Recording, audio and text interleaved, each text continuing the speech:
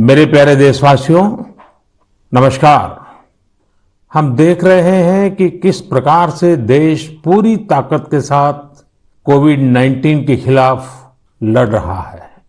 पिछले 100 वर्षों में यह सबसे बड़ी महामारी है और इसी पैंडेमिक के बीच भारत ने अनेक प्राकृतिक आपदाओं का भी डटकर मुकाबला किया है। इस दौरान साइक्लोन अम्फान आया, साइक्लोन निसर्ग आया, अनेक राज्यों में बाढ़ आई, छोटे बड़े अनेक भूकंप आए, भूस्खलन हुए। अभी अभी पिछले 10 दिनों में ही देश ने फिर 2 बड़े साइक्लोन्स का सामना किया। पश्चिमी तट पर साइक्लोन ताउते और पूर्वी कोस्ट पर साइक्लोन यास। इन दोनों चक्रवातों ने कई राज्यों को प्रभावित किया है। देश और देश की जनता इनसे पूरी ताकत से लड़ी और कम से कम जानहानि सुनिश्चित की।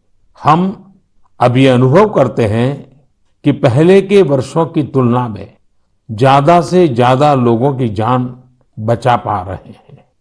विपदा के इस कठिन और असाधारण परिस्थिति में साइक्लोन से प्रभावित हुए सभी राज्यों के लोगों ने जिस प्रकार से साहस का परिचय दिया है, इस संकट की घड़ी में बड़े धैर्य के साथ, अनुशासन के साथ मुकाबला किया है, मैं आदरपूर्वक, हृदयपूर्वक सभी नागरिकों की सराहना करना चाहता हूं। जिन लोगों ने आगे बढ़कर राहत और बचाव के कार्य में हिस्सा लिया, ऐसे सभी लोगों की जितनी सराहना करें उतनी कम है।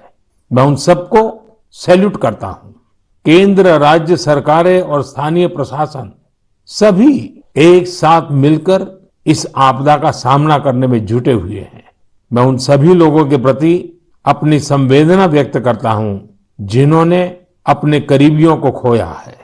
हम सभी इस मुश्किल घड़ी में उन लोगों के साथ मजबूती से खड़े हैं जिन्होंने इस आपदा का नुकसान झेला है। मेरे प्यारे देशवासियों, चुनौती कितनी ही बड़ी हो, भारत का विजय का संकल्प भी हमेशा उतना ही बड़ा रहा है। देश की सामूहिक शक्ति और हमारे सेवा भाव ने देश को हर तूफान से बाहर निकाला है। हाल के दिनों में हमने देखा है कि कैसे हमारे डॉक्टर्स, नर्सेस और फ्रंटलाइन वॉरियर्स, उन्होंने खुद की चिंता छोड़कर दिन रात काम किया और आज भी कर रहे हैं। इस सब के बीच कई लोग ऐसे भी हैं जिनकी कोरोना की सेकेंड वेव से लड़ने में बहुत बड़ी भूमिका रही है। मुझसे मन की बात के कई श्रोताओं ने नमो ऐप पर और पत्र के द्वारा इन वॉरियर्स के बारे में चर्चा करने का आग्रह किया है। साथियों, जब सेकेंड वेव आई, अचानक से ऑक्सीजन की मांग कई गुना बढ़ गई, तो बहुत बड़ा चैलेंज था। मेडिकल ऑक्सीजन का देश के दूर सुदूर हिस्सों तक पहुंचाना अपने आप में बड़ी चुनौती थी। ऑक्सीजन टैंकर ज्यादा तेज चले, छोटी सी भी भूल हो तो उसमें बहुत बड़े विस्फोट का खतरा होता है। इंडस्ट्रियल ऑक्सीजन का उत्पादन करने वाले काफी प्लांट देश के पूर्वी हिस्सों में हैं। वहां से दूसरे राज्यों में ऑक्सीजन पहुंचाने के लिए भी कई दिन का समय लगता है। देश के सामने आई इस चुनौती में देश की मदद की क्रायोजेनिक टैंकर चलाने वाले ड्राइवर्स ने, ऑक्सीजन एक्सप्रेस ने, एयरफोर्स के पायलट्स ने, ऐसे अनेकों लोगों ने युद्ध स्तर पर काम करके हजारों लाखों लोगों का जीवन बचाया। आज मन की बात में हमारे साथ ऐसे ही एक साथी जुड़ रहे हैं, यूपी के जौनपुर के रहने वाले श्रीमान दिनेश उपाध्याय जी। दिनेश जी, नमस्कार। सर जी प्रणाम। सबसे पहले तो मैं चाहूंगा कि आप जरा अपने बारे में हमें जरूर बताइए। सर, हमारा नाम दिनेश बाबुलनाथ उपाध्याय है। मैं गांव हसनपुर, पोस्ट जमुआ, जिला जौनपुर का निवासी हूं सर। उत्तर प्रदेश से हैं? हाँ सर जी। और सर, हमारा एक लड़का है, 2 लड़की और औरत और माँ बाप। और आप क्या करते हैं? सर, मैं ऑक्सीजन का टैंकर चलाता हूं सर, लिक्विड ऑक्सीजन का। बच्चों की पढ़ाई ठीक से हो रही है? हाँ सर, बच्चों की पढ़ाई हो रही है, लड़कियां भी पढ़ रही हैं दोनों, और मेरा लड़का भी पढ़ रहा है ये सर। ऑनलाइन पढ़ाई भी ठीक से चलती है उनकी? हाँ सर, अच्छे ढंग से कर रहे हैं। अभी बच्चियां हमारी पढ़ रही हैं, ऑनलाइन में ही पढ़ रही हैं सर। सर 15 से 17 साल हो गया सर, मैं ऑक्सीजन का टैंकर चलाता हूँ सर। अच्छा, आप ये 15-17 साल से सिर्फ ऑक्सीजन लेके जाते हैं, तो सिर्फ ट्रक ड्राइवर नहीं है आप, एक प्रकार से लाखों का जीवन बचाने में लगे हैं। सर हमारा काम ही ऐसा है सर, ऑक्सीजन टैंकर का, कि हमारी जो कंपनी है आइनॉक्स कंपनी, वो भी हमारा लोग का बहुत ख्याल करती है, और हम लोग कहीं भी जाके ऑक्सीजन खाली करते हैं तो हमें बहुत खुशी मिलती है सर। लेकिन अभी कोरोना के समय में आपकी जिम्मेदारी बहुत बढ़ गई है। हाँ सर, बहुत बढ़ गई है। जब आप अपने ट्रक की ड्राइविंग सीट पर होते हैं तो आपके मन में क्या भाव होता है? पहले की तुलना में क्या अलग अनुभव? काफी दबाव भी रहता होगा, मानसिक तनाव रहता होगा, परिवार की चिंता, कोरोना का माहौल, लोगों की तरफ से दबाव, मांगे, क्या कुछ होता होगा? सर हमें कोई चिंता नहीं होता, हमें खाली यही होता है कि मैं अपना जो कर्तव्य कर रहा हूँ सर जी, वो हम टाइम पे लेके, अगर हमारे ऑक्सीजन से किसी को अगर जीवन मिलता है तो ये हमारे लिए बहुत गौरव की बात है। बहुत उत्तम तरीके से आप अपनी भावना व्यक्त कर रहे हो। अच्छा, ये बताइए, आज जब इस महामारी के समय लोग आपके काम के महत्व को देख रहे हैं, जो शायद पहले इतना नहीं समझा होगा, अब समझ रहे हैं, तो क्या आपके और आपके काम के प्रति उनके नजरिए में परिवर्तन आया है? हाँ सर जी, अभी पहले हम ऑक्सीजन के ड्राइवर कहीं भी जाम में इधर उधर फंसे रहते थे, लेकिन आज के डेट में प्रशासन ने भी हमारा लोग का बहुत हेल्प किया, और जहां भी हम जाते हैं, हम भी, हमारे अंदर से एक जिज्ञासा आती है, हम कितने जल्दी पहुंच के लोगों की जान बचाएं सर। चाहे खाना मिले चाहे न मिले, कुछ भी दिक्कत हो, लेकिन हम हॉस्पिटल पहुंचते हैं जब टैंकर लेके, और देखते हैं कि हॉस्पिटल वाले हम लोग को वी का इशारा करते हैं, उनके फैमिली लोग जिसके घर वाले एडमिट होते हैं। अच्छा, विक्ट्री का भी बताते हैं? हाँ सर, वी बताते हैं, कोई अंगूठा दिखाता है। हमको बहुत तसल्ली आती है हमारे जीवन में कि हमने कोई अच्छा काम जरूर किया है, जो मुझे ऐसा सेवा करने का अवसर मिला है सर। सारी थकान उतर जाती होगी। हाँ सर, हाँ सर। तो घर आकर के बच्चों से बातें बताते हो आप सब? नहीं सर, बच्चे तो हमारे गांव में रहते हैं, हम तो यहाँ आइनॉक्स एयर प्रोडक्ट में मैं ड्राइवरी करता हूँ। 8-9 महीने के बाद तब घर जाता हूँ। तो कभी फोन पे बच्चों से बात करते होंगे तो? हाँ सर, बराबर होता है। तो उनके मन में रहता होगा, पिताजी जरा संभालिए ऐसे समय? सर जी, वो लोग बोलते हैं पापा काम करो लेकिन अपने सेफ्टी से करो, और हम लोग सर सेफ्टी से काम करते हैं। हमारा मानगांव प्लांट भी है, और आइनॉक्स बहुत हमारा लोग का हेल्प करता है। चलिए दिनेश जी, मुझे बहुत अच्छा लगा आपकी बातें सुन करके, और देश को भी लगेगा कि इस कोरोना की लड़ाई में कैसे कैसे किस प्रकार से लोग काम कर रहे हैं। आप 9-9 महीने तक अपने बच्चों को नहीं मिल रहे हैं, परिवार को नहीं मिल रहे हैं, सिर्फ लोगों की जान बच जाए। जब ये देश सुनेगा ना, देश को गर्व होगा कि लड़ाई हम जीतेंगे, क्योंकि दिनेश उपाध्याय जैसे लाखों लाखों ऐसे लोग हैं जो जी जान से जुटे हुए हैं। सर जी, हम लोग कोरोना को किसी ना किसी दिन जरूर हराएंगे सर जी। चलिए दिनेश जी, आपकी ये भावना, यही तो देश की ताकत है। बहुत बहुत धन्यवाद दिनेश जी, और आपके बच्चों को मेरे आशीर्वाद कहिएगा। ठीक है, प्रणाम। धन्यवाद। प्रणाम, प्रणाम। धन्यवाद। साथियों, जैसा कि दिनेश जी बता रहे थे, वाकई जब एक टैंकर ड्राइवर ऑक्सीजन लेकर अस्पताल पहुंचते हैं तो ईश्वर के भेजे गए दूत ही लगते हैं। हम समझ सकते हैं कि ये काम कितनी जिम्मेदारी का होता है, और इसमें कितना मानसिक दबाव भी होता है। साथियों, चुनौती के इसी समय में ऑक्सीजन के ट्रांसपोर्टेशन को आसान करने के लिए भारतीय रेल भी आगे आई है। ऑक्सीजन एक्सप्रेस, ऑक्सीजन रेल ने सड़क पर चलने वाले ऑक्सीजन टैंकर से कहीं ज्यादा तेजी से, कहीं ज्यादा मात्रा में ऑक्सीजन देश के कोने कोने में पहुंचाई। माताओं बहनों को यह सुनकर गर्व होगा कि एक ऑक्सीजन एक्सप्रेस तो पूरी तरह महिलाएं ही चला रही है। देश की हर नारी को इस बात का गर्व होगा। इतना ही नहीं, हर हिंदुस्तानी को गर्व होगा। मैंने ऑक्सीजन एक्सप्रेस के एक लोको पायलट शिरीषा गजनी जी को मन की बात में आमंत्रित किया है। शिरीषा जी, नमस्ते। नमस्ते सर। कैसे है सर? मैं बहुत ठीक हूँ शिरिषा जी। मैंने सुना है कि आप तो रेलवे पायलट के रूप में काम कर रही है और मुझे बताया गया कि आपकी पूरी महिलाओं की टोली ये ऑक्सीजन एक्सप्रेस को चला रही है। शिरिषा जी, आप बहुत ही शानदार काम कर रही हैं। कोरोना काल में आपकी तरह अनेक महिलाओं ने आगे आकर कोरोना से लड़ने में देश को ताकत दी है। आप भी नारी शक्ति का एक बहुत बड़ा उदाहरण है। लेकिन देश जानना चाहेगा, मैं जानना चाहता हूं कि आपको ये मोटिवेशन कहाँ से मिलता है? सर मुझको मोटिवेशन मेरा फादर मदर भी है सर। मेरा फादर गवर्नमेंट एम्प्लॉय है sir. Actually I am having 2 elder sisters. We are 3 members, ladies only. But my father giving very encourage to work. My first sister doing government job in bank work, and I am settled in railway. My parents only encouraging me. अच्छा शिरिषा जी, आपने सामान्य दिनों में भी railway को अपनी सेवाएं दी है, ट्रेन को स्वाभाविक चला है। लेकिन जब ये एक तरफ ऑक्सीजन की इतनी मांग और जब आप ऑक्सीजन को लेके जा रही है तो थोड़ा जिम्मेदारी भरा काम होगा, थोड़ी और जिम्मेवारी होगी। सामान्य गुड्स को ले जाना अलग बात है, ऑक्सीजन तो बहुत ही डेलिकेट भी होती है चीजें। तो क्या अनुभव आता था? मैं हैप्पीली फील किया ये काम करने के लिए। ऑक्सीजन स्पेशल देने के टाइम में सभी देखिए सेफ्टी का wise, formation wise any leakage है। नेक्स्ट इंडियन रेलवे भी सपोर्टिव है सर। ये ऑक्सीजन चलाने के लिए मुझको ग्रीन पाथ दिया ये गाड़ी चलाने के लिए। 125 किलोमीटर 1.5 आवर में रीच हो गया।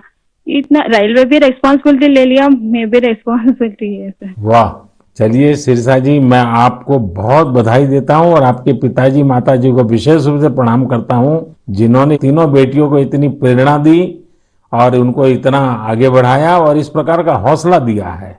और मैं समझता हूं ऐसे माँ बाप को भी प्रणाम और आप सभी बहनों को भी प्रणाम, जिन्होंने इस प्रकार से देश की सेवा भी की और जज्बा भी दिखाया है। बहुत बहुत धन्यवाद शिरिषा जी। धन्यवाद सर, थैंक यू सर। आपका ब्लेसिंग चाहिए सर बहुत परमात्मा का आशीर्वाद आप पर बना रहे, आपके माता पिता का आशीर्वाद बना रहे।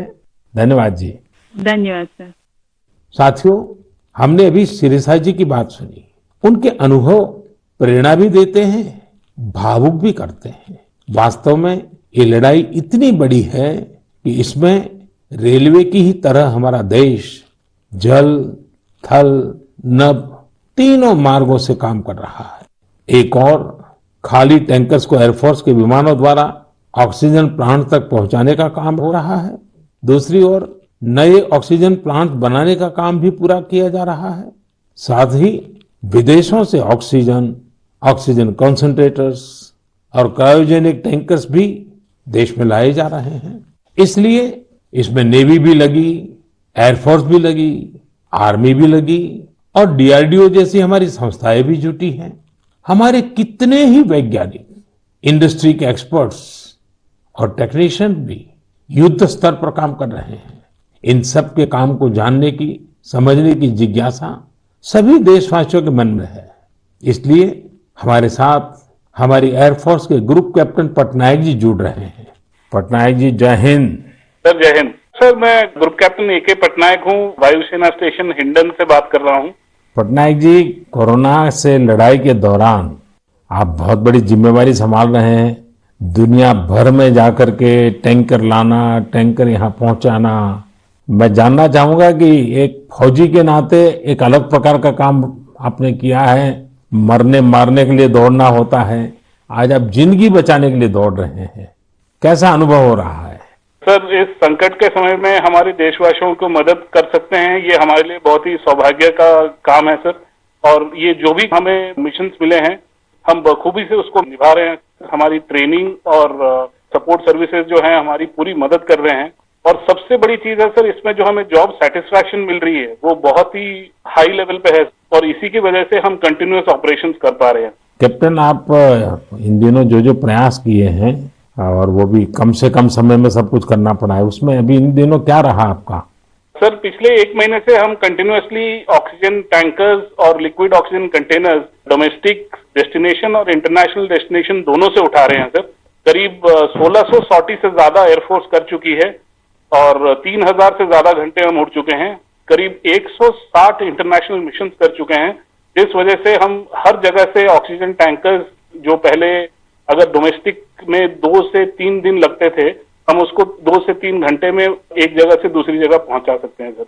और इंटरनेशनल मिशन में भी with in 24 hours continuous round the clock operation करके पूरी एयरफोर्स इसमें लगी हुई है कि जितनी जल्दी हो सके हम जितने ज्यादा टैंकर ला सके और देश की मदद कर सके सर। कैप्टन, आपको इंटरनेशनल में अभी कहाँ कहाँ दौड़ भागना पड़ा? सर शॉर्ट नोटिस पे हमें सिंगापुर, दुबई, बेल्जियम, जर्मनी और यूके, ये सब जगह पे different fleets of the Indian air force sir, IL-76, C-17 और बाकी सारे विमान गए थे, C-130, जो बहुत ही शॉर्ट नोटिस पे ये मिशन प्लान करके हमारी ट्रेनिंग और जोश की वजह से हम टाइमली इन मिशन को कंप्लीट कर पाए सर। देखिए, इस बार देश गर्व अनुभव करता है कि जल हो, थल हो, नभ हो, हमारे सारे जवान इस कोरोना के खिलाफ लड़ाई में लगे हैं। और कैप्टन, आपने भी बहुत बड़ी जिम्मेवारी निभाई है, तो मैं आपको भी बहुत बधाई देता हूं। Sir thank you so much sir. हम अपनी पूरी कोशिश में जी जान के साथ लगे हुए हैं और मेरी बेटी भी मेरे साथ है सर, अदिति। अरे वाह! नमस्ते मोदी जी। नमस्ते बेटी, नमस्ते। अदिति, आप कितने साल की हैं? मैं 12 साल की हूँ और मैं क्लास 8 में पढ़ती हूँ। तो ये पिताजी बाहर जाते हैं, यूनिफॉर्म में रहते हैं। हाँ, तो उनके लिए मुझे बहुत प्राउड लगता है, बहुत गर्व महसूस होता है कि वो इतना सब महत्वपूर्ण काम कर रहे हैं। जो सारे कोरोना पीड़ित लोग हैं उनकी मदद इतनी ज्यादा कर रहे हैं और इतने सारे देशों से ऑक्सीजन टैंकर्स ला रहे हैं, कंटेनर्स ला रहे हैं। लेकिन बेटी तो पापा को बहुत मिस करती है ना? हाँ, मैं बहुत मिस करती हूँ उन्हें। वो आजकल ज्यादा घर पे रह भी नहीं पा रहे हैं क्योंकि इतने सारे इंटरनेशनल फ्लाइट्स में जा रहे हैं और कंटेनर्स और टैंकर्स उनके प्रोडक्शन प्लांट्स तक पहुंचा रहे हैं ताकि जो कोरोना पीड़ित लोग हैं उनको टाइमली ऑक्सीजन मिल सके और उनकी जान बच सके। तो बेटा, ये जो ऑक्सीजन के कारण लोगों की जान बचाने वाला काम तो अब घर घर में लोगों को पता चला है। जब तुम्हारे फ्रेंड सर्कल, तुम्हारे साथी स्टूडेंट जानते होंगे कि तुम्हारे पिताजी ऑक्सीजन की सेवा में लगे हैं, तो तुम्हारे प्रति भी बड़े आदर से देखते होंगे वो लोग। हाँ, मेरे सारे फ्रेंड्स भी बोलते हैं कि तुम्हारे पापा इतना ज्यादा इम्पोर्टेंट काम कर रहे हैं और तुम्हें भी बहुत प्राउड लगता होगा। और तब मुझे इतना ज्यादा गर्व अनुभव होता है। और मेरी जो सारी फैमिली है, मेरे नाना नानी, दादी, सब लोग भी मेरे पापा के लिए बहुत प्राउड है। मेरी मम्मी, और वो लोग भी डॉक्टर्स हैं, वो लोग भी दिन रात काम कर रहे हैं। और सारी आर्म फोर्सेस, मेरे पापा के सारे स्क्वाड्रन के अंकल्स और सारी जो फोर्सेस हैं, सब लोग, सारी सेना बहुत काम कर रही है। और मुझे यकीन है कि सबकी कोशिशों के साथ हम लोग कोरोना से ये लड़ाई जरूर जीतेंगे। हमारे यहाँ कहते हैं कि बेटी जब बोलती है ना, तो उसके शब्दों में सरस्वती विराजमान होती है। और जब अदिति बोल रही है कि हम जरूर जीतेंगे, तो एक प्रकार से ये ईश्वर की वाणी बन जाती है। अच्छा अदिति, अभी तो ऑनलाइन पढ़ती होगी? हाँ, अभी तो हमारे सारे ऑनलाइन क्लासेस चल रहे हैं और अभी हम लोग घर पे भी सारे फुल प्रिकॉशंस ले रहे हैं। और कहीं अगर बाहर जाना है तो फिर डबल मास्क पहन के और सब कुछ सारे प्रिकॉशंस और पर्सनल हाइजीन मेंटेन कर रहे हैं, सब चीजों का ध्यान रख रहे हैं। अच्छा बेटा, तुम्हारी क्या हॉबीज है, क्या पसंद है? मेरी हॉबीज हैं कि मैं स्विमिंग और बास्केटबॉल करती हूँ, पर अभी तो वो थोड़ा बंद हो गया है। और इस लॉकडाउन और कोरोना वायरस के दौरान मैंने बेकिंग और कुकिंग का बहुत ज्यादा मुझे शौक है। और मैं अभी सारे बेकिंग और कुकिंग करके, जब पापा इतना सारा काम करके आते हैं तो मैं उनके लिए कुकीज और केक बनाती हूँ। वाह वाह वाह! चलिए बेटा, बहुत दिनों के बाद तुम्हें पापा के साथ समय बिताने का मौका मिला है, बहुत अच्छा लगा। और कैप्टन, आपको भी मैं बहुत बधाई देता हूं। लेकिन जब मैं कैप्टन को बधाई देता हूं, मतलब सिर्फ आपको ही नहीं, सारे हमारे फोर्सेस, जल, थल, नभ, जिस प्रकार से जुटे हुए हैं, मैं सबको सैल्यूट करता हूं। धन्यवाद भैया। Thank you sir. साथियों, वाकई हमारे इन जवानों ने, इन वॉरियर्स ने जो काम किया है, इसके लिए देश इन्हें सैल्यूट करता है। इसी तरह लाखों लोग दिन रात जुटे हुए हैं। जो काम वो कर रहे हैं वो उनके रूटीन काम का हिस्सा नहीं है। इस तरह की आपदा तो दुनिया पर 100 साल बाद आई है।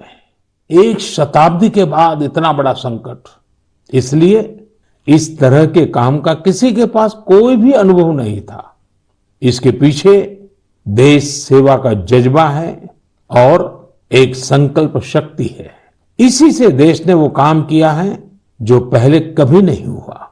आप अंदाजा लगा सकते हैं, सामान्य दिनों में हमारे यहां एक दिन में 900 metric ton liquid medical oxygen का प्रोडक्शन होता था।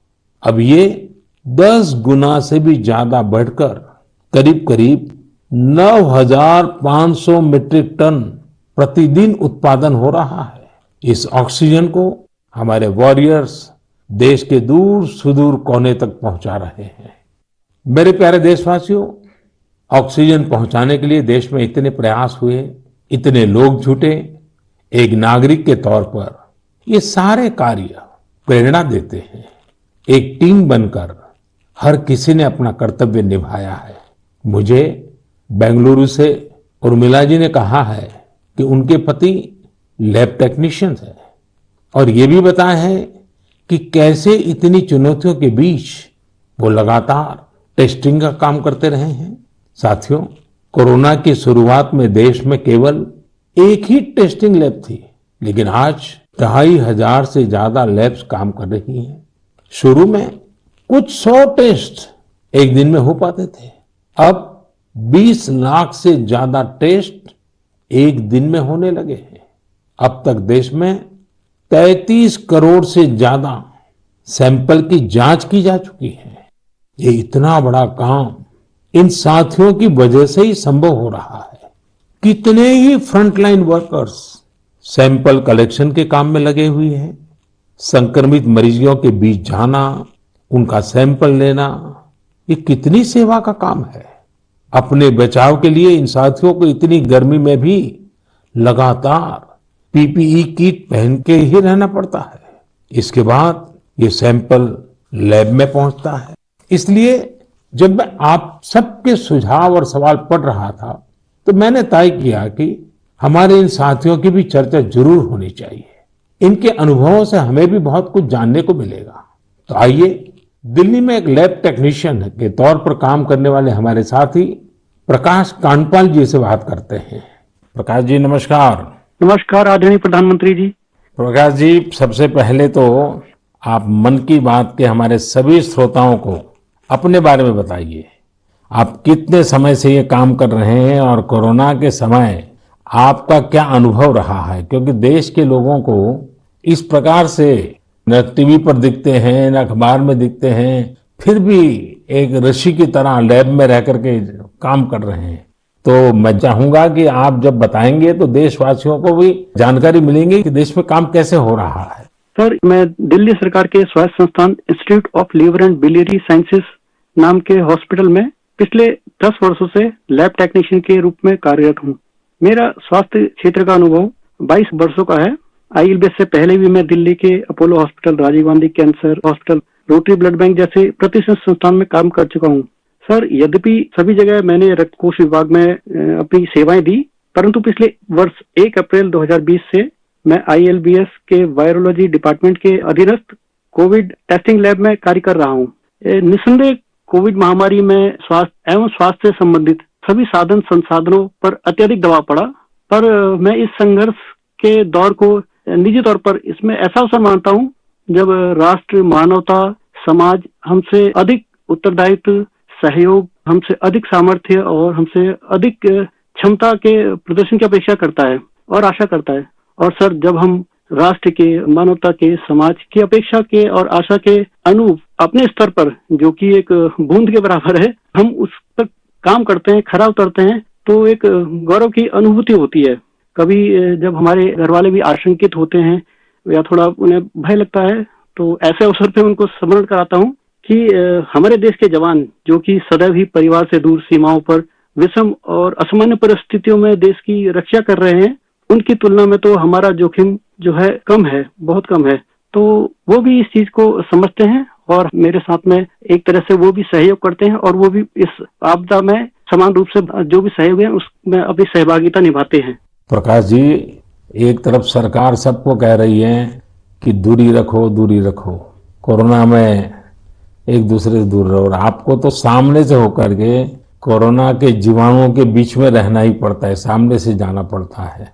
तो ये अपने आप में एक जिंदगी को संकट में डालने वाला मामला रहता है, तो परिवार को चिंता होना बहुत स्वाभाविक है। लेकिन फिर भी ये लैब टेक्नीशियन का काम सामान्य संजोगों में एक है और ऐसी पेंडेमिक स्थिति में दूसरा है, और वो आप कर रहे हैं तो काम के घंटे भी बहुत बढ़ गए होंगे, रात रात लैब में निकालना पड़ता होगा, क्योंकि इतना करोड़ों लोगों का टेस्टिंग हो रहा है तो बोझ भी बड़ा होगा। लेकिन अपनी सुरक्षा के लिए भी सावधानी रखते हैं कि नहीं रखते हैं? बिल्कुल रखते हैं सर। हमारे ILBS की जो लैब है वो WHO से मान्यता प्राप्त है, तो जो सारे प्रोटोकॉल हैं वो इंटरनेशनल स्टैंडर्ड के हैं। हम त्रिस्तरीय जो हमारी पोशाक है उसमें हम जाते हैं लैब में और उसी में हम काम करते हैं, और उसका पूरा डिस्कार्डिंग का, लेबलिंग का और उनको टेस्टिंग का एक पूरा प्रोटोकॉल है, तो उस प्रोटोकॉल के तहत काम करते हैं। तो सर ये भी ईश्वर की कृपा है कि मेरा परिवार और मेरे जानने वाले अधिकतर जो अभी तक इस संक्रमण से बचे हुए हैं। तो एक चीज है कि अगर आप सावधानी रखते हैं और संयम बरतते हैं तो आप थोड़ा बहुत इससे बचे रह सकते हैं। प्रकाश जी, आप जैसे हजारों लोग पिछले 1 साल से लैब में बैठे हैं और इतनी जहमत कर रहे हैं, इतने लोगों को बचाने का काम कर रहे हैं, जो देश आज जान रहा है।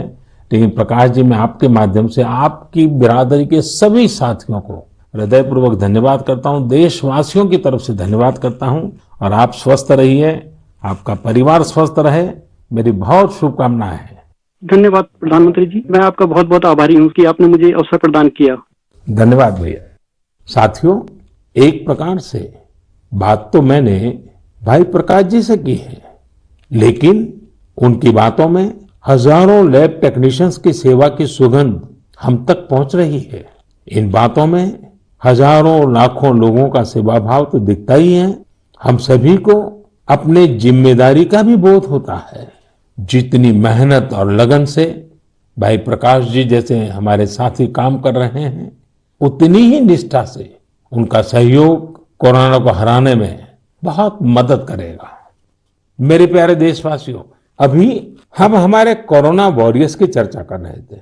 पिछले 1.5 सालों में हमने उनका खूब समर्पण और परिश्रम देखा है, लेकिन इस लड़ाई में बहुत बड़ी भूमिका देश के कई क्षेत्रों के अनेक वॉरियर्स की भी है। आप सोचिए, हमारे देश पर इतना बड़ा संकट आया, इसका असर देश की हर एक व्यवस्था पर पड़ा। कृषि व्यवस्था ने खुद को इस हमले से काफी हद तक सुरक्षित रखा। सुरक्षित ही नहीं रखा, बल्कि प्रगति भी की, आगे भी बढ़ी।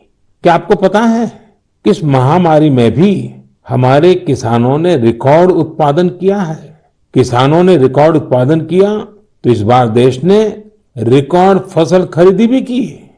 इस बार कई जगहों पर तो सरसों के लिए किसानों को MSP से भी ज्यादा भाव मिला है। रिकॉर्ड खाद्यान्न उत्पादन की वजह से ही हमारा देश हर देशवासी को संबल प्रदान कर पा रहा है। आज इस संकट काल में 80 करोड़ गरीबों को मुफ्त राशन उपलब्ध कराया जा रहा है, ताकि गरीब के घर में भी कभी ऐसा दिन न आए जब चूल्हा न जले। साथियों, आज हमारे देश के किसान कई क्षेत्रों में नई व्यवस्थाओं का लाभ उठाकर कमाल कर रहे हैं। जैसे कि अगरतला के किसानों को ही लीजिए। ये किसान बहुत अच्छे कटहल की पैदावार करते हैं। इनकी मांग देश विदेश में हो सकती है, इसलिए इस बार अगरतला के किसानों के कटहल रेल के जरिए गुवाहाटी तक लाए गए। गुवाहाटी से अब ये कटहल लंदन भेजे जा रहे हैं। ऐसे ही आपने बिहार की शाही लीची का नाम भी सुना होगा। 2018 में सरकार ने शाही लीची को GI टैग भी दिया था, ताकि इसकी पहचान मजबूत हो और किसानों को ज्यादा फायदा हो। इस बार बिहार की ये शाही लीची भी हवाई मार्ग से लंदन भेजी गई है। पूरब से पश्चिम, उत्तर से दक्षिण, हमारा देश ऐसे ही अनूठे स्वाद और उत्पादों से भरा पड़ा है। दक्षिण भारत में विजयनगरम के आम के बारे में आपने जरूर सुना होगा। अब भला ये आम कौन नहीं खाना चाहेगा। इसलिए अब किसान रेल सैकड़ों टन विजयनगरम आम दिल्ली पहुंचा रही है। दिल्ली और उत्तर भारत के लोगों को विजयनगरम आम खाने को मिलेगा और विजयनगरम के किसानों को अच्छी कमाई होगी। किसान रेल अब तक करीब करीब 2 लाख टन उपज का परिवहन कर चुकी है। अब किसान बहुत कम कीमत पर फल, सब्जियां, अनाज देश के दूसरे सुदूर हिस्सों में भेज पा रहा है। मेरे प्यारे देशवासियों, आज 30 मई को हम मन की बात कर रहे हैं और संयोग से ये सरकार के 7 साल पूरे होने का भी समय है। इन वर्षों में देश सबका साथ, सबका विकास, सबका विश्वास के मंत्र पर चला है। देश की सेवा में हर क्षण समर्पित भाव से हम सभी ने काम किया है। मुझे कई साथियों ने पत्र भेजे हैं और कहा है कि मन की बात में 7 साल की हमारी आपकी इस साझी यात्रा पर भी चर्चा करूं। साथियों, इन 7 वर्षों में जो कुछ भी उपलब्धि रही है वो देश की रही है, देशवासियों की रही है। कितने ही राष्ट्रीय गौरव के क्षण हमने इन वर्षों में साथ मिलकर अनुभव किए हैं। जब हम ये देखते हैं कि अब भारत दूसरे देशों की सोच और उनके दबाव में नहीं, अपने संकल्प से चलता है, तो हम सबको गर्व होता है। जब हम देखते हैं कि अब भारत अपने खिलाफ साजिश करने वालों को मुंहतोड़ जवाब देता है, तो हमारा आत्मविश्वास और बढ़ता है। जब भारत राष्ट्रीय सुरक्षा के मुद्दों पर समझौता नहीं करता, जब हमारी सेनाओं की ताकत बढ़ती है, तो हमें लगता है कि हाँ, हम सही रास्ते पर हैं।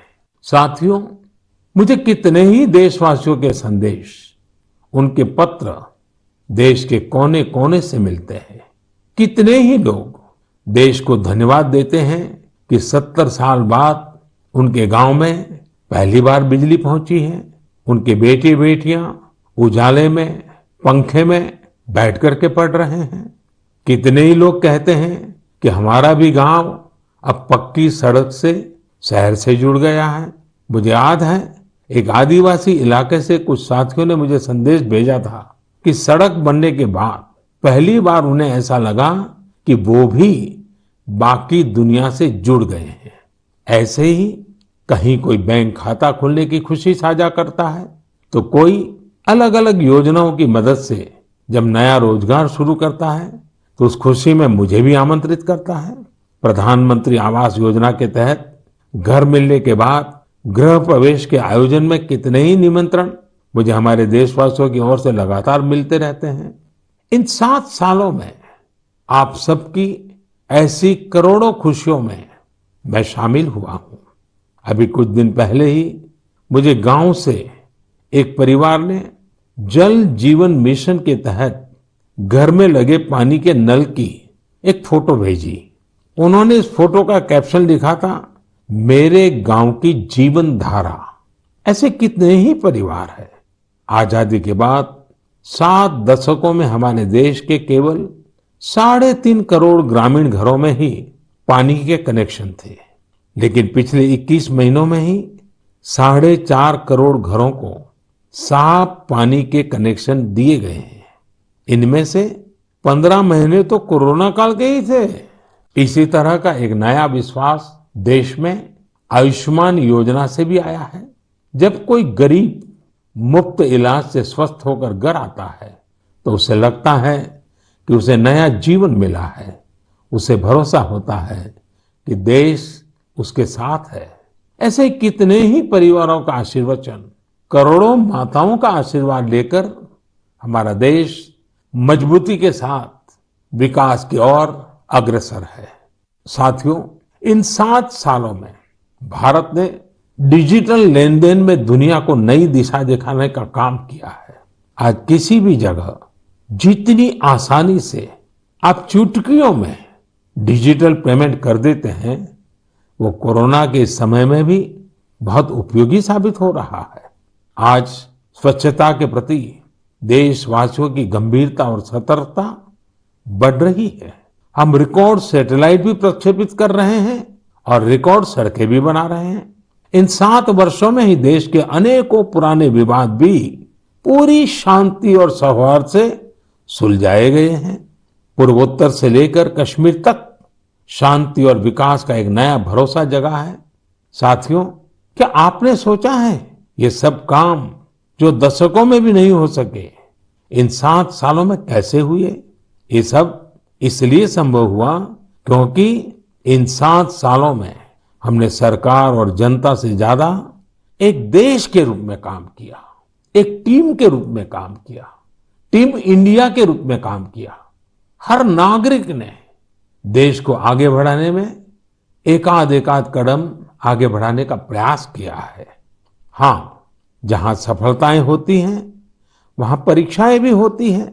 इन 7 सालों में हमने साथ मिलकर ही कई कठिन परीक्षाएं भी दी है और हर बार हम सभी मजबूत होकर निकले हैं।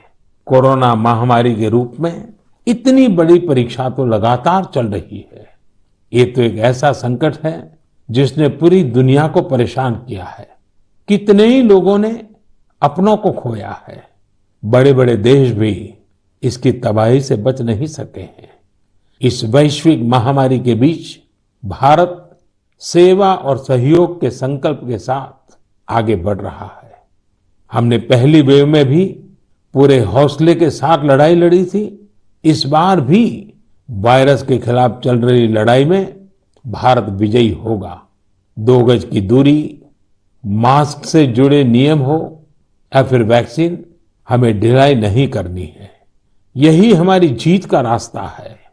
अगली बार जब हम मन की बात में मिलेंगे तो देशवासियों के कई और प्रेरणादायक उदाहरणों पर बात करेंगे और नए विषयों पर चर्चा करेंगे। आप अपने सुझाव मुझे ऐसे ही भेजते रहिए। आप सभी स्वस्थ रहिए, देश को इसी तरह आगे बढ़ाते रहिए। बहुत बहुत धन्यवाद।